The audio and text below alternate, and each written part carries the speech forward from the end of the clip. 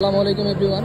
আজকে আমি আপনাদের একটু দেখাবো তুরনা এক্সপ্রেস ঢাকা থেকে চট্টগ্রাম এবং চট্টগ্রাম থেকে ঢাকা ক বগির সিটিং পজিশনগুলো আমি আপনাদের দেখাবো। ক বগির সিটিং পজিশনগুলো এ হলো ক বগির সিটিং। এক নাম্বার হলো উইন্ডো সিট, একজনের সিট। তারপর হলো এদিকে এই যে 2, 3 সি মানি চেয়ার, 3 ডাব্লিউ মানি উইন্ডো। এই যে সি মানি চেয়ার, ডাব্লিউ মানি উইন্ডো, মানে এটা হলো 3, এটা হলো 2, এটা হলো 2 আর এটা হলো।